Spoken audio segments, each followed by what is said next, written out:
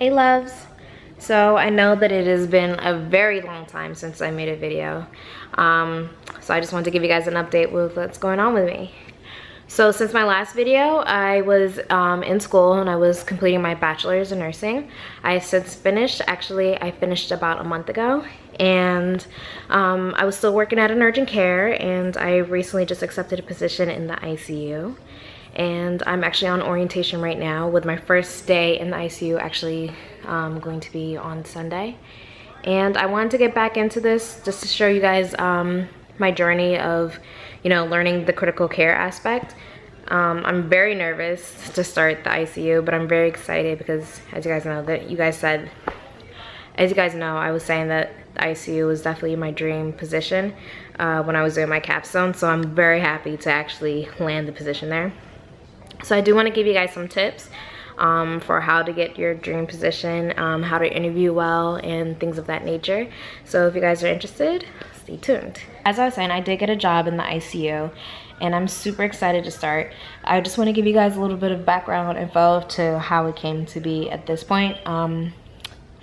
While I was in my last month of finishing my classes, I actually started to apply to nurse practitioner schools, and I didn't get in, and I was kind of disappointed that I didn't get in. But then I actually kind of realized that I probably just wasn't a strong enough candidate because I hadn't completed my bachelor's entirely yet, and two, because I haven't had much work experience. I've only worked as 1 year as a nurse in an urgent care and not actually in a hospital setting. So with that being said, I decided that, you know what, if I don't get into a nurse practitioner school, then I'm going to try to apply for hospitals and to really, you know, get the hospital experience, but also, you know, give it a shot to working in the ICU, because that was really my dream position. So I applied, and I applied to a bunch of positions, actually. Probably applied to about 40 different positions, and most of them I actually didn't really even hear back from. And I mainly think it's because I didn't have the hospital experience, and you know, they don't want to spend a lot of time with training. But about 1 week before I actually completed my BSN, I got a call from the hospital, and they asked me to come in for an interview, and it was for a med-surg position. So I gladly accepted, because I'm like, finally, I'll get into the hospital.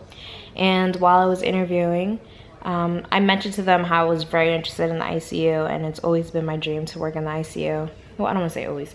How it's been my dream to work in the ICU since I've done my capstone.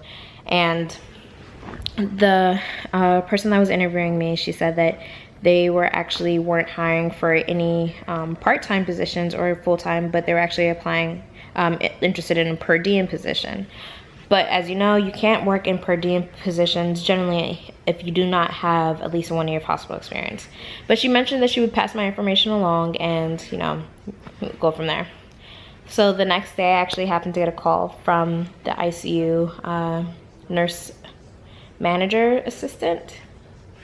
Yeah, I happened to get a call from the assistant nurse manager, and I actually did realize who it was, because funny enough, the position that I actually took was actually at the hospital where I did my ICU capstone.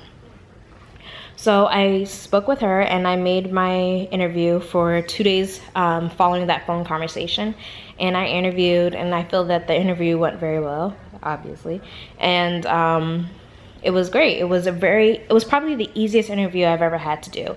I didn't feel very nervous. I felt that I was just myself, and I was just explaining to them, you know, what I've done in the meantime, and how I think I would be great value to the ICU team, but also how I would learn so much. And she told me that I would be about a week for me to actually get an answer, because their nurse manager was actually away. So it was probably the longest week ever. And it actually wasn't even a full week. It was about 5 days. And I got a call, I think a day or two before I expected to receive a call. And it was the person I originally interviewed with who was saying that I was offered a position in the ICU for a night. And I instantly started to cry. I don't know if she heard me on the phone, but I was so excited. It was probably like one of the better feelings. Like, it was probably like on the same level as finding out that I passed my NCLEX. So really excited, couldn't believe it.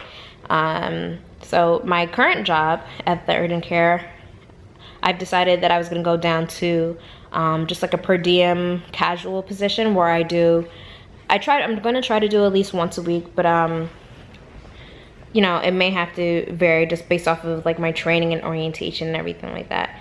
So I started my actual orientation last week, and I've learned a lot so far. My actual nursing orientation starts tomorrow, and then it goes tomorrow, Wednesday, Thursday, and then I have off Friday, and I'll do one day at the urgent care to pick up hours, but then I'll also do Sunday, which is my first day in the actual ICU, which I'm so excited for, and I cannot wait to tell you guys about it.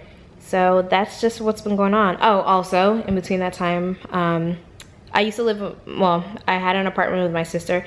We have since moved into a house, and I mean, I feel like for the most part that's pretty much all that's been going on with me. A lot of big things, but everything seems to happen so fast. So I hope everyone is doing well. I'm glad you guys are, you know, staying tuned.